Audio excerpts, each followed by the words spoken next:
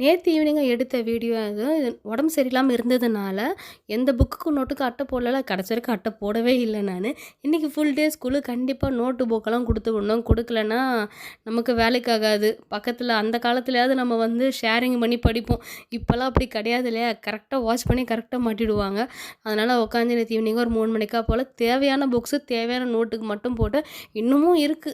அது நடுவுல டைம் கிடைக்கும்போது போட்டுப்போம். அப்பப்போ புக் கேட்கும்போது போட்டு குடுத்துடலான்னு சொல்லிட்டு, எது தேவையோ அதுக்கெல்லாம் மட்டும் தான் அட்டை போட்டேன். நான் புக்குக்கெல்லாம் எப்பயுமே வந்து இந்த மாரி ஷீட்ல தான் போடுவேன். அப்பதான் வந்து பசங்க எடுக்கும்போது ஈஸியா இருக்கும், தெரியும்னு சொல்லிட்டு. இது இல்லாம புக்கு லைனா அடுக்கும்போது மேலேயே நம்ம மார்க்கர்ல போட்டு குடுத்துருவேன். என்னென்ன சப்ஜெக்ட்டுன்னு சொல்லிட்டு. அப்பதான் எடுக்கும்போது ஈஸியா இருக்கும்னு சொல்லிட்டு, நோட்லயும் அதே தான். நான் ஒரே மாதிரி ஈவனா எழுதி குடுத்துருவேன். நோட்டு தொலைஞ்சாலும் பிரச்சனை கிடையாது. எடுக்கிறதுக்கும் ஈஸியா இருக்கும். டக்குன்னு கண்டுபிடிச்சிடலாம் அப்படின்றதுக்காக, நான் கஷ்டப்பட்டு உட்காந்து போட்டுட்ருக்கேன். அவ ஜாலியா பாட்டு கேட்டுட்ருக்கா. என்ன பண்றது? லேபிள் வந்து மிக்கி மவுஸ் லேபிள் அந்த அம்மாக்கு. அந்த அம்மாக்கு என்ன பிடிக்குதோ அத தான் வாங்குவாங்க.